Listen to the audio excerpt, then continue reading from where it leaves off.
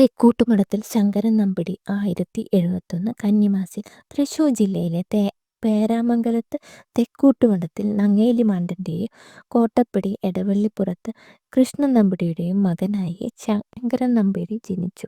ബാല്യകാലം ഗുരുവായൂരിനടുത്തുള്ള കോട്ടപ്പടിയിലും അമ്മ വീടായ പേരാമംഗലത്തുമായി കഴിഞ്ഞു. 11-ാമത്തെ വയസ്സിലാണ് ശങ്കരൻ്റെ പിതാവ് കൃഷ്ണൻ നമ്പിടി മരണപ്പെട്ടത്. അച്ഛൻ്റെ മരണത്തോടെ പേരാമംഗലത്ത് താമസമാക്കി. സ്കൂൾ ജീവിതം കോട്ടപ്പടിയിലെ കാരയൂർ സ്കൂളിലും പേരാമംഗലത്ത് അപ്പൻ്റെ സ്കൂളിലുമായി കഴിഞ്ഞു. 13-ാമത്തെ വയസ്സിൽ തൃശൂർ ഗവൺമെൻറ് സ്കൂളിൽ പഠിച്ചുകൊണ്ടിരുന്നപ്പോൾ മസ്തിഷ്ക ജ്വരം പിടിപെട്ട് അവശനായി സ്കൂൾ പഠിപ്പ് നിർത്തിവെക്കേണ്ടി വന്നു. മസ്തിഷ്ക ജ്വരത്തിനടിമപ്പെട്ട 13-കാരനായ നമ്പിടിക്ക് നിത്യജീവിതത്തിൽ ശരീരം അനക്കാൻ പരസഹായം ആവശ്യമായി വന്നു. പല ചികിത്സകളും ചെയ്തതിൻ്റെ ഫലമായി ജീവനെ രക്ഷിക്കാൻ സാധിച്ചു. എങ്കിലും വലതുകൈ എന്നേക്കുമായി കുഴഞ്ഞുപോയി. ശരീരം മുഴുവൻ തളർവാദം ബാധിച്ച് മലമൂത്ര വിസർജനം കിടന്ന കിടപ്പിൽ നിർവഹിക്കേണ്ടി വന്ന ഈ കുട്ടിയുടെ മനസ്സിൽ ഒരു ആശ മാത്രം അവശേഷിച്ചു.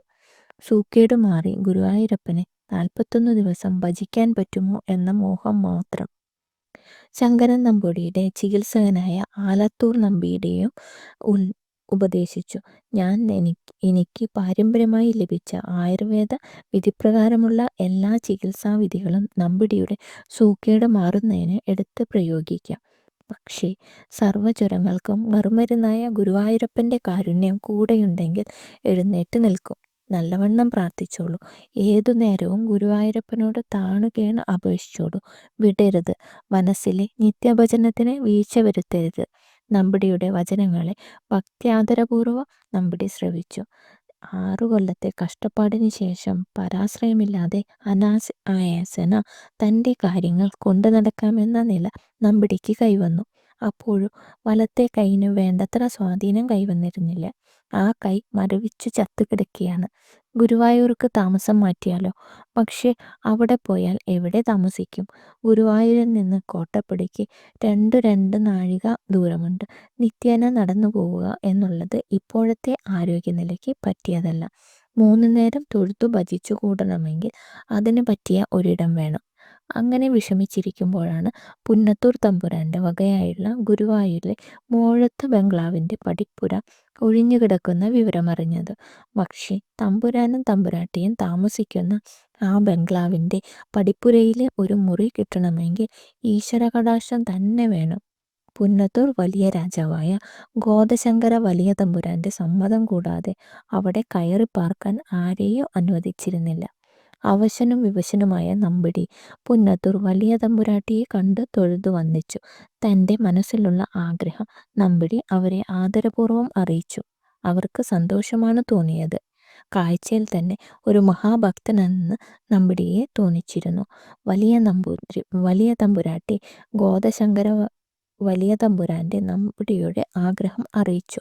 തമ്പുരാൻ പൂർണ്ണ സമ്മതത്തോടെ നമ്പിടിയുടെ താമസ സൗകര്യത്തിന് വാടക കൂടാതെ പടിപ്പുരയുടെ ഇടതുഭാഗത്തെ സ്ഥലം ഒഴിഞ്ഞുകൊടുത്തു. സൗകര്യം പോലെ കൂണം, കിണർ എന്നിവ ഉപയോഗിക്കാനുള്ള പ്രത്യേക അനുമതിയും താക്കോലും കൊടുത്തു. അങ്ങനെയാണ് മഹാഭക്തനായ തെക്കൂട്ടുമഠത്തിൽ ശങ്കരൻ നമ്പൂതിരി മോഴത്ത് എന്ന സ്ഥലത്ത് താമസിക്കാൻ ഇടവന്നത്. ഗുരുവായൂർ ക്ഷേത്രച്ചിറയുടെ പടിഞ്ഞാറു ഭാഗത്തുള്ള മോഴത്തു പടിപ്പുര ഇപ്പോഴും ആ പഴയ പടിയിൽ തന്നെ അവിടെ നിൽക്കുന്നുണ്ട്. കാലാനുസൃതമായ പല മാറ്റങ്ങളും ഗുരുവായൂരിന് വന്നെങ്കിലും മോഴത്തു പടിപ്പുര ഇന്നും അതിൻ്റെ പ്രാചീനത നിലനിർത്തിക്കൊണ്ട് ചിറയിൽ കുളിക്കാൻ വരുന്നവരുടെ ശ്രദ്ധ ആകർഷിച്ചുകൊണ്ട് നിൽക്കുന്നു. 9-ാം ക്ലാസ്സിൽ വച്ചു പഠിപ്പ് നിർത്തേണ്ടി വന്ന നമ്പിടി വിദ്യാഭ്യാസം തുടരാൻ സാധിക്കാതെ വന്നതിൽ ഹതാശനായിരുന്നു. മട്രിക്കുലേഷൻ ജയിക്കണമെന്ന വാശിയിലാണ് അദ്ദേഹം പഠിച്ചുകൊണ്ടിരുന്നത്. എന്നാൽ വിധി 9-ാം ക്ലാസ്സോടെ പഠിപ്പിന് വിരാമമിട്ടു. പക്ഷേ തെക്കൂട്ടുമഠത്തിൽ ശങ്കരൻ നമ്പിടി തൻ്റെ പ്രയത്നങ്ങൾ അവസാനിപ്പിച്ചിരുന്നില്ല. വൈദ്യൻ രാമൻ നമ്പിടി എന്ന പേരിൽ പ്രസിദ്ധനും പദരചയിതാവും ദുർഗാസ്തവം എന്ന സ്തോത്രകൃതിയുടെ കർത്താവും ഒരുറച്ച സംസ്കൃത പണ്ഡിതനുമായ തൻ്റെ മാതുലൻ തെക്കൂട്ടുമഠത്തിൽ രാമൻ നമ്പിടിയാണ് ശങ്കരൻ നമ്പിടി പിന്നീട് തൻ്റെ ഗുരുനാഥനായി തിരഞ്ഞെടുത്തത്. അദ്ദേഹത്തിൻ്റെ അടുത്തു നിന്നുമാണ് സംസ്കൃത ഭാഷാ വ്യുൽപ്പത്തിയുടെ ഹരിശ്രീ കുറിച്ചത്. സംസ്കൃത ഭാഷയിലുള്ള അറിവ് മാത്രമായിരുന്നില്ല അമ്മാവൻ്റെ കയ്യിൽ നിന്ന് ലഭിച്ചത്. നിഷ്കാമമായ ഭക്തിയും പ്രയത്നവും എന്തൊക്കെ നേടിത്തരുമെന്ന് കൂടി അമ്മാവൻ സ്വജീവനാനുഭവത്തിലൂടെ തൻ്റെ മരുമകന് പഠിപ്പിച്ചു കൊടുത്തു. വലതുകൈ എന്നേക്കുമായി നഷ്ടപ്പെട്ട് ഹതാശനായ മരുമകന് പുതിയൊരു ജീവാമൃതം നൽകുകയാണ് അമ്മാവൻ ചെയ്തതെന്ന് പിന്നീടുള്ള നമ്പിടിയുടെ ജീവിതകാലം നമുക്ക് വ്യക്തമാക്കി തരുന്നു. യഥാർത്ഥ സാധകന് ഗുരുവായൂരപ്പൻ എല്ലാവിധ സിദ്ധികളും നൽകി അനുഗ്രഹിക്കുക തന്നെ ചെയ്യും. കാലം തെല്ലു വൈകിയാലും കിട്ടേണ്ടത് കിട്ടാതിരിക്കില്ല, കൊടുക്കേണ്ടത് മറക്കുകയുമില്ല. അതാണ് ഗുരുവായൂരപ്പൻ ശ്രീലകത്ത് കളിയാടുന്ന പൊന്നുണ്ണിക്കണ്ണൻ്റെ ശക്തി. വലതു കൈയിൻ്റെ പരാധീനത മൂലം ആദ്യകാലങ്ങളിൽ ദൈനംദിന കൃത്യങ്ങൾക്ക് വളരെയേറെ ബുദ്ധിമുട്ടുണ്ടായിരുന്നു എങ്കിലും ഗുരുവായൂരപ്പൻ്റെയും ഭക്തജനങ്ങളുടെ നിർലോഭമായ വാത്സല്യത്താൽ രോഗങ്ങളെല്ലാം മറികടക്കാനുള്ള സഹിഷ്ണുത നമ്പിടി നേടി. എപ്പോഴും ക്ഷേത്രത്തിനകത്തും പുറത്തും ഇരുന്ന് ജപിക്കാൻ തുടങ്ങി. നാരായണനാമം ക്ഷേത്രത്തിൽ വച്ച് അക്കാലത്ത് പ്രസിദ്ധമായ വാഴക്കുന്നം വാസുദേവൻ നമ്പൂതിരിയുടെ സപ്താഹ പാരായണം നടന്നുകൊണ്ടിരിക്കുകയായിരുന്നു. ആ പാരായണം തുടങ്ങിയാൽ അത് തീരുന്നതുവരെ കേട്ടുകൊണ്ടിരിക്കുക എന്നതാണ് നമ്പിടി ഒരു പതിവാക്കി. അതിനിടയിൽ കൂനിന്മേൽ കുരു എന്ന പോലെ വസൂരിയുടെ മുഖം പിടിപെട്ടു. രോഗം കലശലായി പെട്ടുപോകുമെന്ന് കണ്ടവർ വിധിയെഴുതി. തൻ്റെ കുലപരദേവതയായ സാക്ഷാൽ മഹേശ്വരിയുടെയും ഗുരുവായൂരപ്പൻ്റെയും അനുഗ്രഹത്താൽ താൻ അതിൽ നിന്ന് രക്ഷപ്പെട്ടു എന്ന് നമ്പിടി കൃതജ്ഞതയോടെ അനുസ്മരിക്കുന്നു. ഗുരുവായൂരിൽ ഭജിച്ച് താമസിക്കുന്നുണ്ടെങ്കിൽ ബ്രഹ്മശ്രീ കവപ്ര രാമൻ നമ്പൂതിരിപ്പാടുമായി പരിചയപ്പെടാൻ ഇടവന്നു. പ്രസിദ്ധ വൈകാരനായിരുന്നു കവപ്ര. സിദ്ധരൂപം, സമാസം, ക്രിയാപദങ്ങൾ, ഏതാനും സംസ്കൃത കാവ്യങ്ങൾ പഠിപ്പിച്ചു കൊടുത്തത് രാമൻ നമ്പൂതിരിപ്പാടായിരുന്നു. സംസ്കൃത ഭാഷയിൽ സാമാന്യമായൊരു വ്യുൽപ്പത്തി തൈക്കൂട്ടം മഠം നേടിയെടുത്തു. ഭാഗ്യവശാൽ നാരായണീയം അർത്ഥത്തോടുകൂടിയ ഒരു മലയാള വ്യാഖ്യാനം പുന്നത്തൂർ വലിയ തമ്പുരാട്ടി നമ്പിടിക്ക് നിത്യപാരായണത്തിനു വേണ്ടി സമ്മാനിച്ചു. ആ പാരിതോഷികം വളരെ വിലപ്പെട്ടതായിരുന്നു എന്ന് തൈക്കൂട്ടം എല്ലാവരോടും പറയാറുണ്ട്. അദ്ദേഹം ആ പുസ്തകത്തിൻ്റെ മേന്മയോടൊപ്പം മറ്റു ചില വസ്തുതകൾ കൂടി ചൂണ്ടിക്കാണിച്ചു തരാൻ മറന്നില്ല.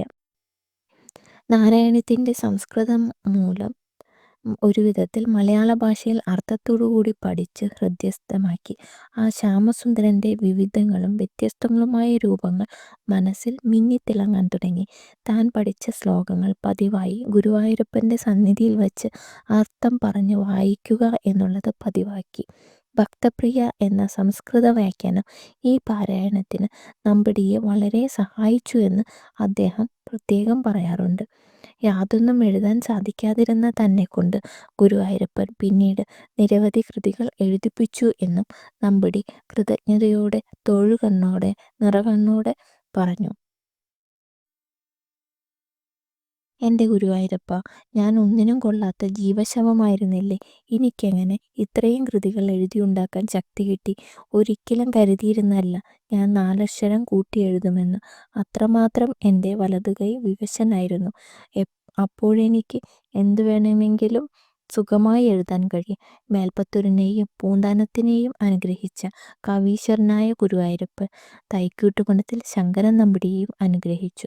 വലതു കൈക്ക് ഒട്ടും സ്വാധീനമില്ലാതിരുന്ന ആ മഹാനുഭാവനിൽ നിന്ന് ഭക്തജനങ്ങൾക്ക് ഒട്ടേറെ വിശിഷ്ട കൃതികൾ ലഭിക്കുവാനിടയായി.